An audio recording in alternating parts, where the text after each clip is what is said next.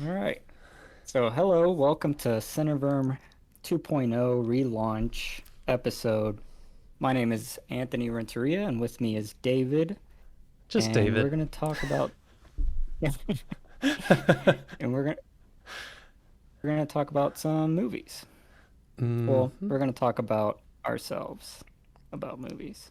Yes. And so I believe you've got some questions to kind of start us off. Kind of, kind of talk about our film background and our what we like in films to kind of introduce people to our perspective, I guess, on films Yeah, moving forward, what they can expect to hear. yeah, just so people can get an idea of who we are, what kind of films we like. So the first question is a question that I'm always curious about when I meet someone who says they like films or they're interested in the art form. I'm always curious what their what I like to call is their film awakening. I feel like for me there was that one film that kind of I've always liked movies, everyone grows up watching movies, but Yeah. I feel for people who really become in love with the form, there's that one film that for some reason kind of launches them deeper into kind of thinking about films a little deeper. hmm So I guess what would you is that film for you that kind of awakened? Yeah. It's hard because I don't think I have a single film, but I can say like the first movie. I feel like a lot of times it's like the first memory you have of movies is like the most. Well, I have two. I have one actually that I didn't think about until now, but the very first one was I guess when I saw when Star Wars the original trilogy re-released in 1997 in theaters, and you could go watch them in theaters. And one of my Yeah. friends had a birthday party, and we went and saw the original first one, Star Wars, in theaters. And I feel like that has just always stuck with me, like as a super strong memory of my childhood, and just like it just I feel like that might have been the first spark, just having that really strong memory of seeing Star Wars in the theaters, which is something that I mean maybe some some independent theaters you can they still show Star Wars every once in a while, but it's kind of like rare, I guess. So I would say that was the first one, and then um, this is a stupid example, but well, I guess everyone has this example of like a movie that really scared them as a kid. Like I don't know if you have the Oh yeah. like just and you watch it later as when you're older and you realize wow that was really dumb. But I Yeah, remember it's stupid. yeah, but I remember I was at a friend's house and we watched Ghostbusters, and we started watching it, Wow. and it was that the librarian scene, where the librarian ghost, suddenly morphs and changes into this really scary ghost monster, and that scared me so much. Like I was like traumatized. Like I made him turn it off. I was like, oh my god, like I was just traumatized. But I feel like that experience kind of as stupid as it is, kind of shows you how powerful films can be. Like I mean, I know it's when I was a little kid, but it's like I mean, you still have those experiences now with certain films that make you, just give you a really strong emotional experience. So I think that's cool. And then I don't know, like I feel like my modern film awakening or whatever was when I got my first Netflix subscription back when Netflix was starting. So when I was in high Oh school, wow. and I Yeah. subscribed to they would send the DVDs in the mail, and I Oh could just yeah. keep getting them. And so I just started going down the American Film Institute has that top 100 list, and I just started at the top. I think at the time it was well, it's still Citizen Kane, but I just started at the top and just Oh. started going down the list, watching all of them. Just Citizen Kane, Godfather, Casablanca, Raging Bull, Singing in the Rain, Gone with the Wind, Lawrence of Arabia. I just started going down the list and watching one after another. And I think that's obviously that was when I feel like it's been solid since then.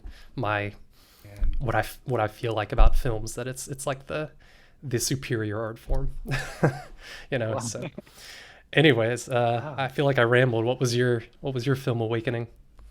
Oh, well, I have some questions. So how Oh, old sure. were you when you watched the that Star Wars in the theaters? Or do you remember what age you were? I must have been 6 years old, 6 or 7, Wow, man. because it was in So 1997. In 1997. See, that's crazy. See, like when I was young, I never went to the movie theater. So I think like the first time I went to the movie theater, I was already like 15, 16. Mm, So like I hear those stories about watching Star Wars or like Indiana Jones or Jaws or Jurassic Park, hmm. all Spielberg movies in the theaters and like younger people and they grow up and they're just like that's the pinnacle of, like the traditional blockbuster, like mind-blowing just experience. Yeah. It's a really cool. I didn't, and I haven't seen Ghostbusters, so I'm not sure. Is that film actually like more of a horror film, or is it? No, no, no, So from no. my understanding, it's like comedy, It's or definitely just that it's scene was definitely just comedy. scary. Yeah, that's Okay. it's for sure a comedy, and it's definitely like you would not be scared unless you were a kid. But yeah, Oh that was man. I just remember that was such a traumatic experience for me that I had a phobia of that movie. Like I didn't want to see it again. Like even older, I was like I was like, when am I gonna watch this Oh, movie again? And I finally did, and obviously it's just silly, but yeah, that was a strong oh. strong impression on me. And one last question on the like you doing the whole Film Institute top 100. Like, what caused you to even have that idea to, start from Citizen Kane and work your way down? I have no idea. It's man, I wish I remembered what like motivated me. All I remember, the only other thing I remember is just going to. Well, okay, I had a class. They offered like an elective class in my high school that was like a film class, which was kind of cool. I mean, it was a Christian high school, so it was very limited on what they showed us. But I think that may have sparked it because I think that was in like 11th grade, 10th or 11th grade. And then so I was like, oh, like I Yeah. mean, we at least learned about some cool basic things about film, like oh, lighting and framing and perspective and all these basic interesting things that made you think more about a movie. And I always remember that teacher. The thing that he said that I always remember is that like I don't know why it was such a revelation to me at the time. Is like every single thing in a good movie at least is purposeful. Like everything you see in the frame, every sound that you hear, everything that happens within the frame is Yeah. is on purpose. If it's a good movie, obviously there's some movies that are just things are happening accidentally or whatever. But I mean that just made me think like, oh yeah, like you take things for granted when you're just watching a movie and not really thinking about it. You just take for granted that it's happening this way, but it's like someone had to plan every little detail, every set, every item on every set, the lighting, the framing, where to put the camera. It's just like, wow, it made you start thinking. So that might have sparked it. Yeah. And that what you're talking about is exactly what I think of with the question, like your film awakening. So like in that list was Citizen Kane the first film that gave like for me my film awakening. Like when I watched the film, it was like this sense of, oh, this is way beyond what I thought just watching a movie was. Like it Mm. kind of like haunted me. Like I couldn't get the images out of my head. I couldn't like I was just thinking about it nonstop. It was like Citizen Kane, that first one on the list that you watched. Did it give you that impact, or was it? Not really. I'm trying to think like I'm looking at that list right now to see like what I don't even know if it was a single film. I think it was just like a combination of them and just seeing like, whoa, Yeah. like, oh, and just, where I don't know if you remember like if you like the time that you realized that there were good movies that were made in like black and white or like oh Yeah. yeah, there's actually like good old movies or like there's really good foreign movies that are not in English, just I don't know, you just start realizing like whoa, like you can appreciate like a movie that was made 100 years ago and just you know what, that actually makes me think. I don't know if this movie is on. I know it's got to be on the list somewhere, but Metropolis, that was probably Oh, the one that I still remember. And you know what? I'm looking at the list right now, and it's actually not on the list. It's not in the top 100. That is super surprising. wow. That's super surprising to me. But that movie I've watched multiple times, and I remember seeing it the first time, just thinking like, whoa, like this movie was made in I think it's 1927, and it's just Yeah. like this is a huge production, like just, and it looks really good now, even now, and well, I mean the music changes depending on the because it's a silent film, but it's just like everything about it. You're like, dang, like people put so much effort into these films that are like 100 years old, and I don't know, you have so many misconceptions about the past and how simple they were. But it's Yeah. you start watching movies and it kind of expands your mind thinking about that stuff. But Yeah. so I what's agree with that. oh, go ahead. Oh, yeah, sorry. Oh, yeah. So, yeah, I'll get to my film now.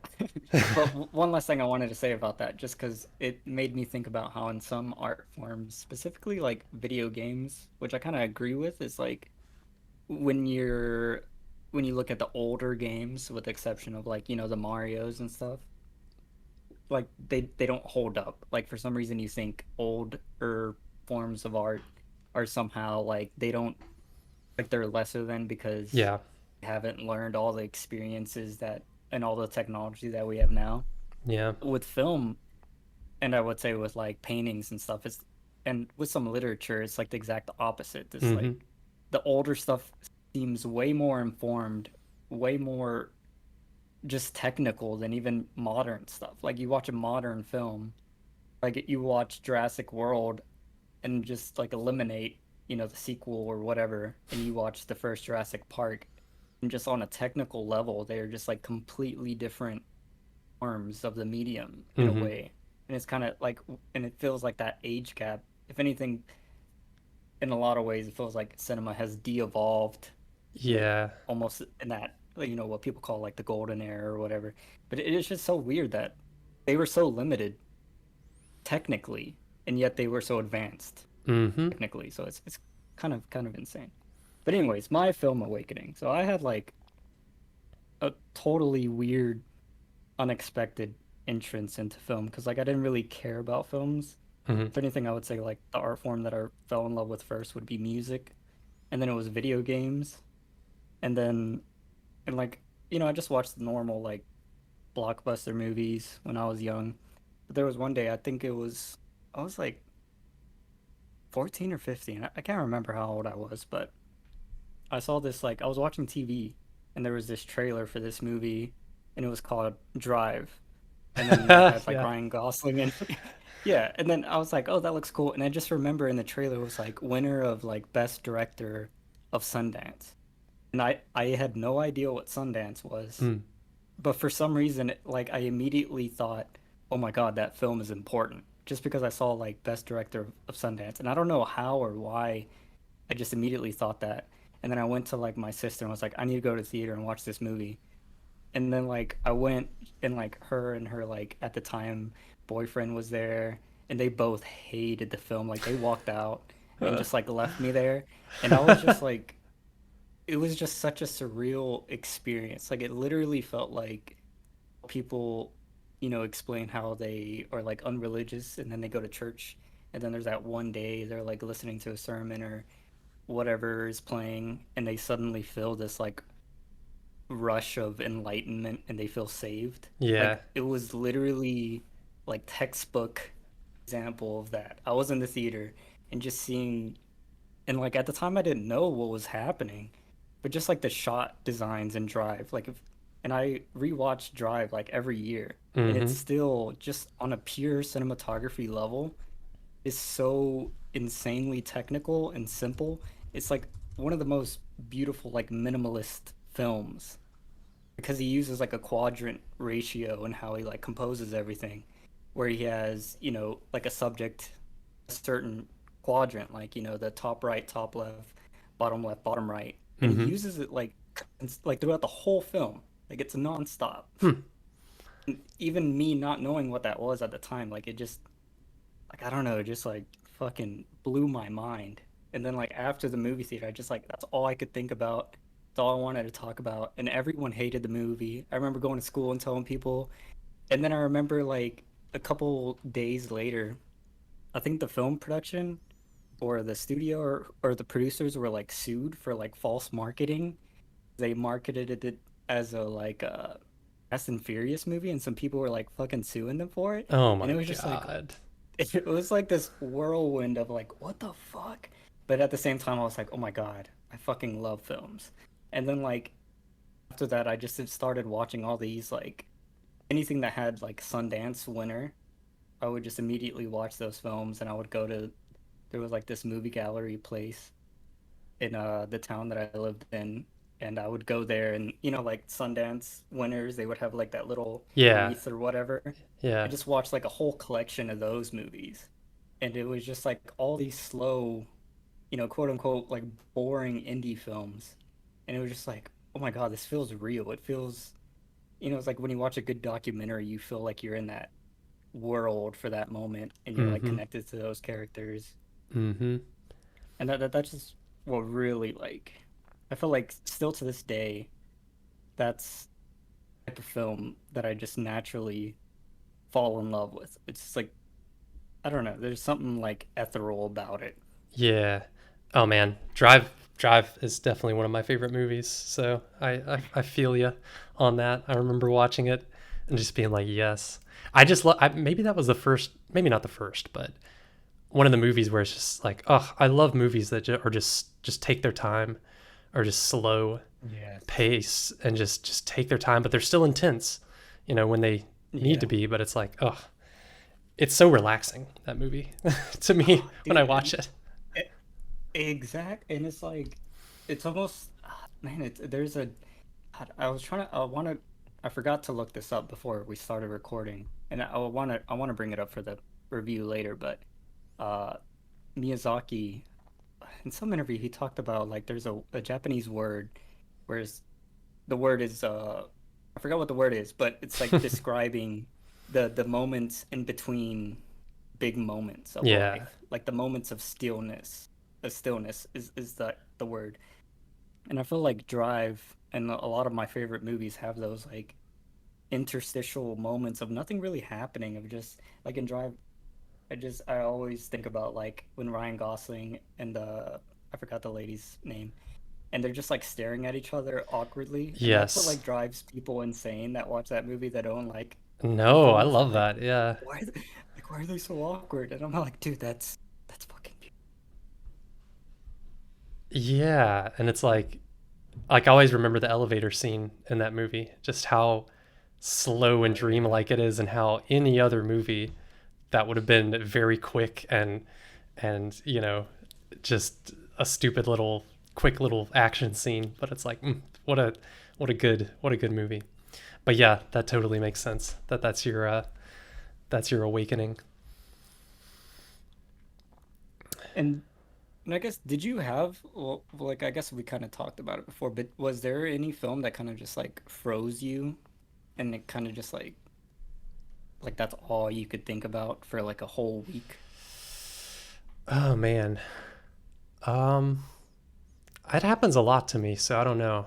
I'm trying to think if there was one Okay. that was an initial one that did that, because that still happens a lot. Um, Yeah. yeah, I don't know. I mean, that's the best. The best movies do that. So it's like the more Okay. often that happens, the better. Where you're just kind All of, right. Well, I have a second question. all All right. right. So, what's a film that gave you a emotional reaction, and why do you think it gave you that effect? Yeah, I have several some that are probably like just the ones that came to my head first were, all right. So every year my family watches It's a Wonderful Life at Christmas, and Mm-hmm. still this is a cliche one, but still every once in a while, even though now the more you watch it, the more you kind of realize, it's a little bit silly. The plot's a little bit, it's very, what's the word? Like saccharine. It's very like, you know, um, overly emotional, I guess. But it still makes me, the ending, the last scene still makes me tear up sometimes, I have to admit. So that one for sure, because it's like I've seen it so many times, but yet it still has an emotional effect on me at the end. Um, Yeah.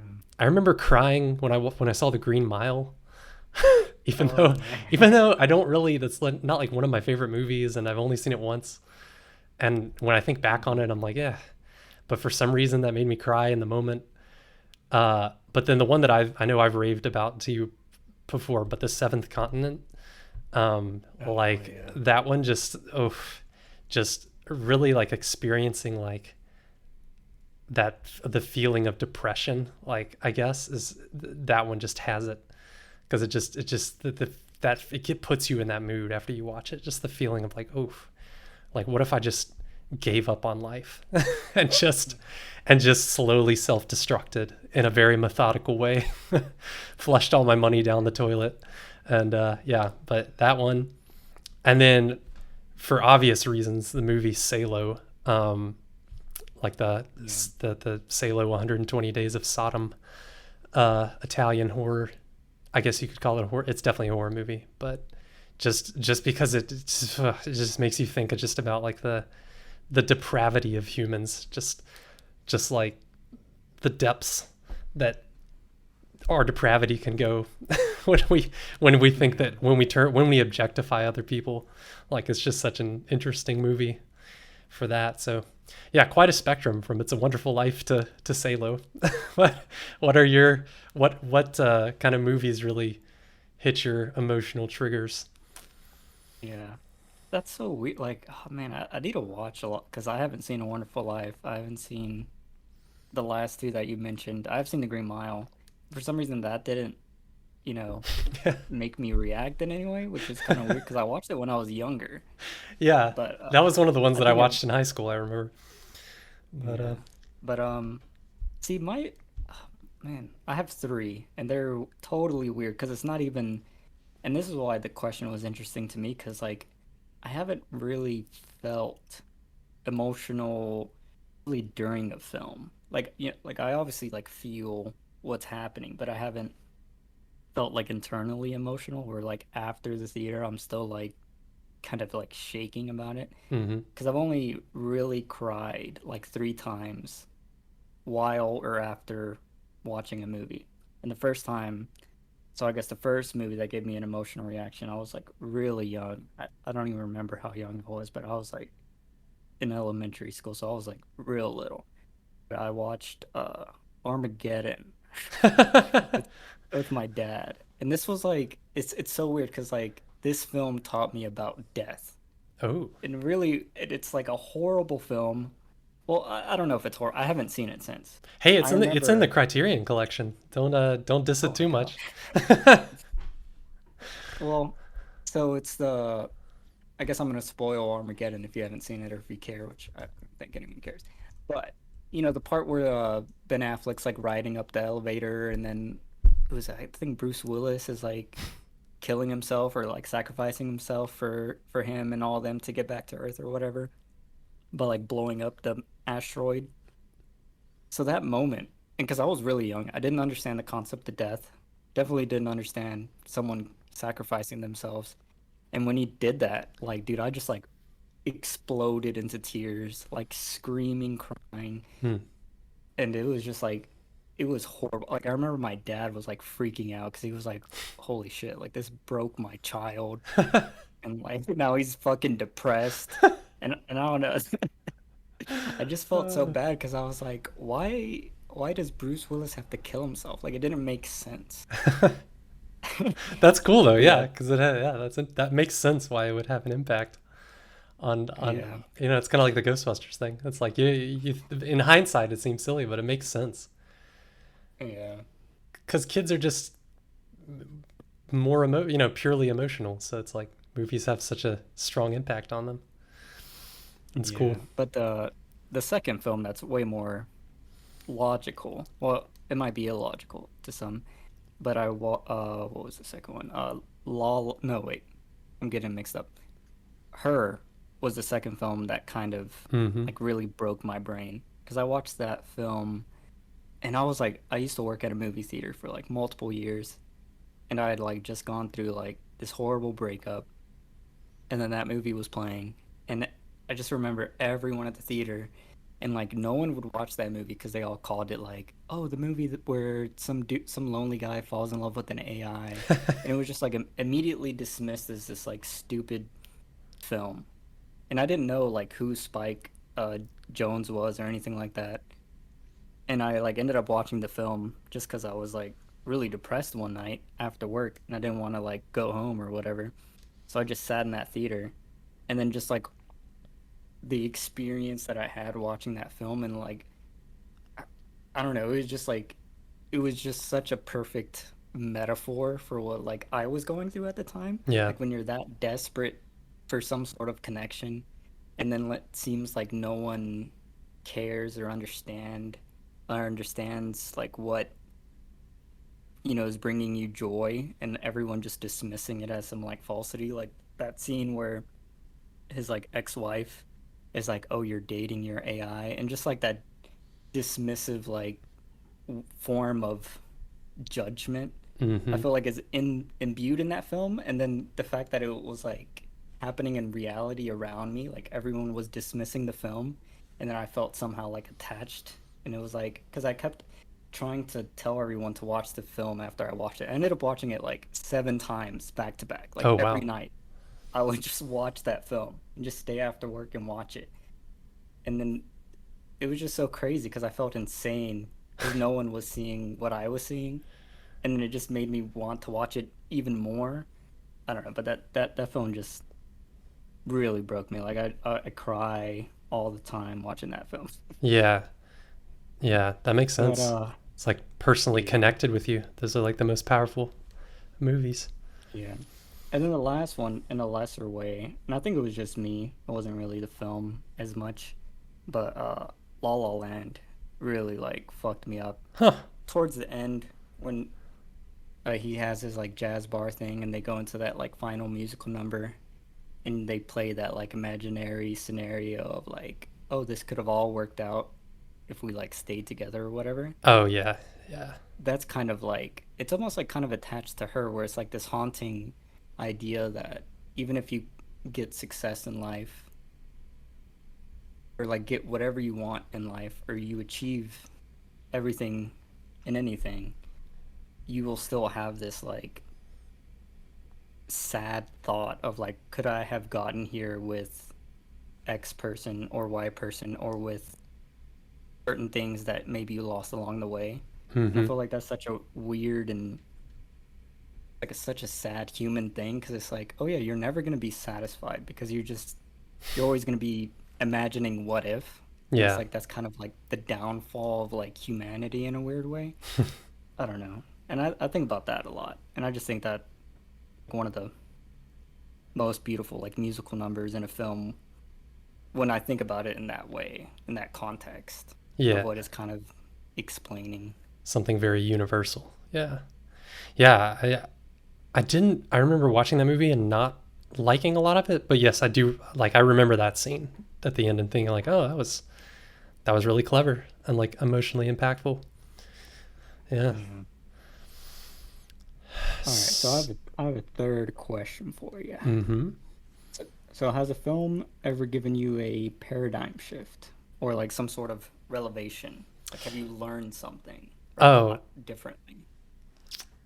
the one that I wrote down is Eraserhead because I Okay. I remember watching that and it just made me real. I guess it made me realize how like how experimental you could get with a movie. I guess it was the first kind of like experimental film that I had watched, and so like for some reason I really connected with that movie, just like how dreamlike it is, and just how loose of a narrative it has, and but it's very like I mean it makes sense as you watch it, like emotionally, and it also sparked my love of like David Lynch, and it was the first David Lynch movie that I watched, and so I mean for some reason that I think it also impacts like my own whenever I've tried to make some kind of art, like because I just realized oh like you can be like this. I don't know like it just that style made me realize like oh the possibilities of film are like super wide open. I mean, as long as people Mm. have, unfortunately, as long as people have the money and the backing to do it, and the motivation, they can make these super experimental movies and they can become like classics that people still watch like years and years later. And it's just like, I don't know. So that was the one that came to my head. But it sounds like you were thinking more like revelation, like something in real life, like that made you I'm curious to hear your example because that might make me think about a different perspective of that Yeah. question.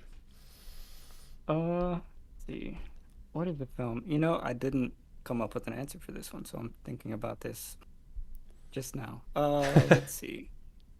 A film that made me think differently.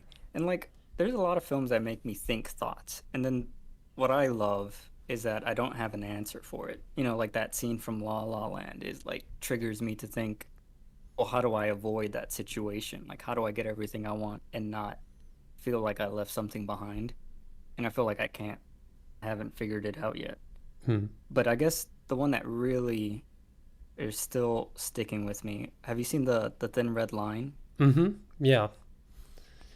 And I don't know if it's like explicitly in the film, but there's just like something about that like the feeling of the main character. I don't know if it's like the theme of the whole film where it's kind of like this like peace with everything, like with nature and like how it's kind of surrounded that whole Vietnam War scenario, and that guy is almost like not really suicidal, but he doesn't really care if he lives or dies, and it's just this like weird sense of like I just like he's just like a stream of water, and he's just existing in this you know plane of existence, and it's almost like he's just experiencing life in some weird way. Mm-hmm. Kind of reminds me of like people who like reach Zen or whatever. I don't know. I think about that a lot, and it's like, well, That's maybe I interesting. can learn something from that. Have you But I watched any guess, any other Terrence Malick movies? let's see. Like, did you No. see the fuck? What is that one with Brad Pitt? Um, Something of Life. Oh, the Tree of Life. Tree No, of I haven't Life. seen that. Yeah, lots of his Is that movies are kind like of that. Yeah, like that's the mood. yeah? I mean, his movies all have that kind of mood. I just watched the New World recently, which is like his Oh man. Pocahontas movie, basically, and it has that feeling of like connection with nature and like just very. I mean, the cliche of him is like the voiceovers, with characters asking the very vague philosophical questions as they walk through tall grass or something. But Oh, dude, yeah, beautiful tall grass. my my roommate and I watched that movie in college, The Thin Red Line, and it became like a meme for us. What is life? Because we just thought it was just hilarious. So he literally asks himself like, "What is life?" and like the fake Southern accent, and Yeah. we got such a kick out of that. But not to say Oh it's a my bad movie, God. but it was just funny. No, that is hilarious. He needs to have Matthew McConaughey do some voiceover Oh, because that would be the perfect. oh, that is true. That's such a Oh my crossover that God. has not, I don't think, has happened yet. That definitely needs to happen. Man. With his like, what is it called when they make that whistling noise? Like he makes a whistling Mm. noise at the end, a lisp, right? Yeah. I don't know if that's Lisp, but yeah, I know what you mean. Yeah, like the It's little like a wisp, whip. a, Yeah, it a comes out of his wisp. like teeth or something. Yeah. Yes, very nice. Yeah, Oh man. I've got But one, yeah. and this actually All right. it kind of leads into the next question too. I don't know if you want me to. I could just go ahead and say what that question is, and answer both Yeah, questions absolutely. at the same time. So like the other question you had was, if a film were to describe your life currently, what film would it be? But for some Yes. reason, when you were talking, Patterson came to mind because I love that movie. That I just saw it. I Oh, think like last year, and I'm like, this is such a good movie. But it's like it's both. I guess it gave me sort of a paradigm shift because I was like, wow, like you can make a movie like this where it's almost like the purpose of the movie felt like to me just to describe a certain way of life, like a certain way of living. Like that was the point of the movie because the movie doesn't have much of a plot. I mean, the characters are kind of. I mean, the main character has a character, I guess. But it's I don't know, like it's not really about the characters as much. It's not really about the plot. It's more like a way of living. It's like a really peaceful Zen way of living. And I think about that movie a lot. And I think about like what I was gonna say for that last question that you had, like describe a movie that describes your life currently. I wouldn't say it does, but when I think about my ideal life, I would say that Patterson. Like I think about that movie and exactly how it feels, and that's ideally how I would want my life to feel. Just like a very peaceful, like every day, just enjoy. Like the main character is a poet, so he really appreciates like just the small things in life, and every day he finds something, that he integrates into his art, and that just gives him meaning, even though his life from the outside is a very monotonous, boring life of being a bus driver in Paterson, New Jersey. It's like his life is very meaningful, internally. So I really appreciate that movie for that. But Oh, I need to watch this, man. I just saw that it has Adam Driver in it. yeah, he's the Like main character. Yeah. he's a fucking rock star, man. Yeah, yeah. So what would your That's, movie that describes your life currently? yeah, I think my film would be like I haven't seen Patterson, but just looking at the images and stuff, I think it would be the exact opposite of that film, and I think it would be What First Reformed. first reformed? I was Yeah, trying to the think first. of what would the opposite of that movie be. Probably like oh god, what was the Adam Sandler movie about the jewel? He's the diamond guy Oh, that came out. Uncut Gems. So Uncut you're Gems. you're That's excited. that's about the opposite of that. Yeah. Oh man. Well, you've seen First Reformed, right? Yeah, I did.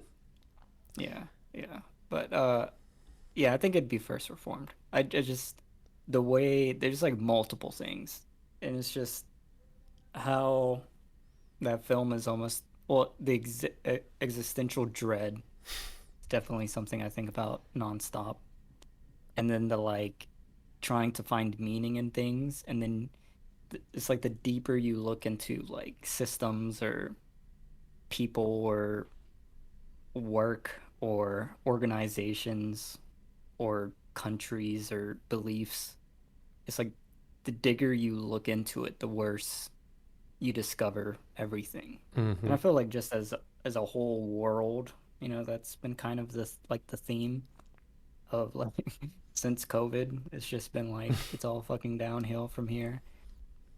But I don't know. I feel that a lot. Like just what that main character. Like one scene that I really love is there's a scene where he's with the like pasture in his office, and I think this happens in that scene. I can't remember. Maybe I'm just like imagining things, but I remember him saying like it feels like no one cares, and he just starts crying. And I love how in the film was shot in the like worst way possible, and I feel like he did it on purpose. Like because in that scene, it's the only scene where you see Ethan Hawke's character, the main character, cry, and then the pasture is literally blocking him for the whole frame. He's just Mm. covering Ethan Hawke while he has the only emotional scene in the film. And I remember listening to an interview with the director, Paul Schrader, and he was just saying like I wanted to shoot it in a way to where like the film didn't give a fuck about the character because no one Mm. gives a fuck about the character. Yeah. And it's almost Yeah. like this like metaphorical visual thing. And I just think that's so like brilliant. And like that's something as like an aspiring filmmaker like god damn, that's fucking genius. I want to make a film about so like something along those lines where it's like the idea of the film is influencing the form and the creation of it to where it's like all one piece, Hmm. even though that it could be something like that, like oh let me shoot this in the worst way to show this character and for the audience to not connect with him. Like that seems like kind of like a suicidal kind of way to explore that idea, but it seems perfect because that's the idea. So it's like how would you I don't know. But Yeah, it fits the movie really well. I remember the and then I framing of love that the movie ending. was like that stuck with me. The framing, like you were talking about, pretty much every scene, just like Yeah. just looks real good. Yeah. And then I love how the ending is just like this weird like it doesn't even make logical sense. And I remember when I first saw the ending, I was like, "Oh, that's the shittiest way to end this film." Then after leaving, I was like, "God, that was fucking brilliant." It's like I can't. It's like he is so focused on making like it just feels like a film that I want to love and then I hate. But it feels like all the reasons I hate it were created specifically for me to hate it. Yeah. I don't know. It was pretty amazing. And then it was weird because I saw it in Montgomery, Alabama, and it was just packed of like Christian people. Uh, and I could just feel like the energy felt so dire, and like everyone was so disgusted and people were scoffing constantly, and it's just like That's funny. I don't know, it was just like the perfect theatrical experience. Like, yeah, I want to watch this man lose faith with Y- all these All these people who people, yeah, that is pretty funny. It was like the perfect environment for that. yeah, that would describe my life right now. I was like trying to find meaning, and then just feeling like everything's kind of, I don't know, it just feels like everything's like against you, or even you're against yourself in some weird way. Yeah, you gotta watch Patterson. Maybe Yeah. that's the anecdote for that. Yeah. You know what's interesting? Like in First Reformed, he's writing that journal, and in a weird way, I felt like a lot of his journal entries were kind of, they probably weren't meant to be poetic, but they felt poetic as he wrote them in a weird way to me. And Patterson's about a poet, so that's kind of Hmm. some Could be a similarities. good double feature there. Oh, dude, that's actually a good idea. We if we like watched all these films and broke them down. Yeah, Interesting. double feature episodes. Yeah. Possibility in the future. Yeah. Oh, Yeah. the only thing I was gonna add to that last question was that Patterson would be my ideal day. But in Mhm. reality, I feel sometimes more like the guy that you know this. Have you seen Fight Club? Oh yeah, yeah, yeah. Yeah, yeah. Okay. The scene in Fight Club where, or maybe it's a montage, but particularly the scene where it's just panning across his apartment and it's just showing all the items that he's bought and the prices and Oh, where he bought them from whatever IKEA catalog, and then you know the shot of him over the copy machine and it's just kind of swiping back and forth and he looks like he hasn't slept in very well in a while and just the monotony of it. I don't know. yeah. That's the bad day version of my life. Oh my God. Yeah, that's interesting. Yeah, Do you, feeling do you find yourself like buying a lot of stuff? it's Or I don't know if it's that specifically. It's just like I guess for some reason feeling like in that stage of life and I'm almost 30 and just feeling like kind of trapped in that kind of uh going through the motions, you know, and like what you think you're supposed to be doing with your life at the moment, you yeah, know, and just the very consumer capitalistic kind of approach to life and the steps you're supposed yeah, to take. So that was what I would relate to on my days that I'm feeling angsty. yeah. Yeah, that's yeah, I forgot that whole scene has that monologue of him in that exactly. He's Hmm. like, this is what I'm supposed to be doing, and look at my apartment, and look at all this stuff I buy to please Yeah, myself because I hate my job. yeah, yeah. It's That's just like that a feeling. rambling of reality. Hmm. That's really cool. Have you read that book by chance? Like, Yeah, I did. I really want, is it how does it compare to the film? I liked it. I liked the book a lot, just for different reasons and just different because it's a very short book and it's very condensed, and I like the writing style of the perspective of it. But you know, a lot of the dialogue and the voiceover stuff in the movie is basically just taken straight from the book. Um, and but yeah, I like both. I mean, obviously, I like both of them. For Fight Club, I almost wanted to put. I felt like it would be a little cringy to put that as, but for the question about the film paradigm shift or whatever, that might be one of them. I don't know. Even though it's super cringy to say that, I guess, because it's got such a cliche, negative cliche reputation now. But that film is like, if you Yeah, watch it again, it's like it's just such a smooth movie.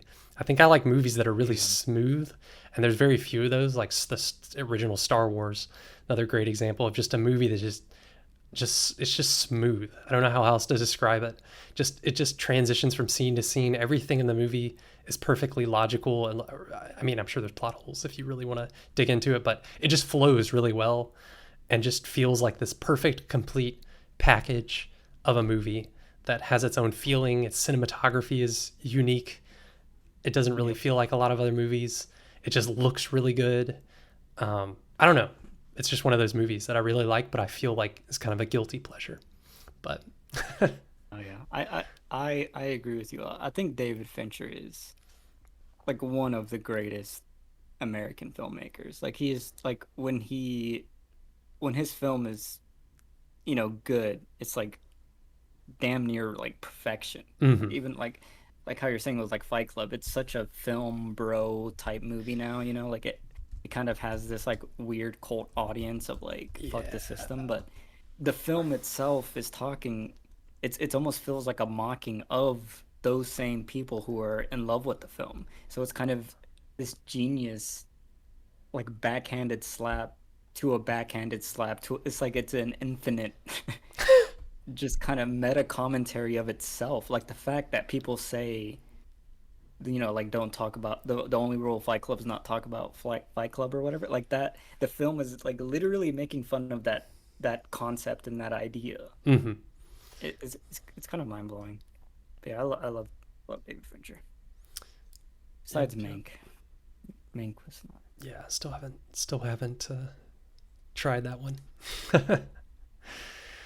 But yeah, All right, man. Those are the four questions I had for this little intro video. Is there anything you want to say about yourself or add on to this or I don't know. I think we touched on a lot of good things. Shared our perspective. yeah, Shared our I uh, I our history. yeah, I think we're caught up. I think I we're ready agree. to review some films. Yeah. So listen to this. The next episode will be a review of what is it? A Quiet Place Part 2, and that will should be posted right after this. So yeah, thank you for listening to our relaunch episode of Cineverm. We hope you stick around. You can follow us on a bunch of places that I don't have right now, but on the next episode, I will say those things at the end. Well, we're gonna do YouTube. We're gonna do Yeah, yeah. You all the YouTube. podcasts, all your podcast providers. Search for Ex Cineverm. ex We got we're gonna try Twitch. We're on all yep, this all the services. Whatever you exact. prefer. And that, yeah, and that's why you're here, so you can say these things. Forgot. All right. Till next time. All right, see y'all. Thanks for listening.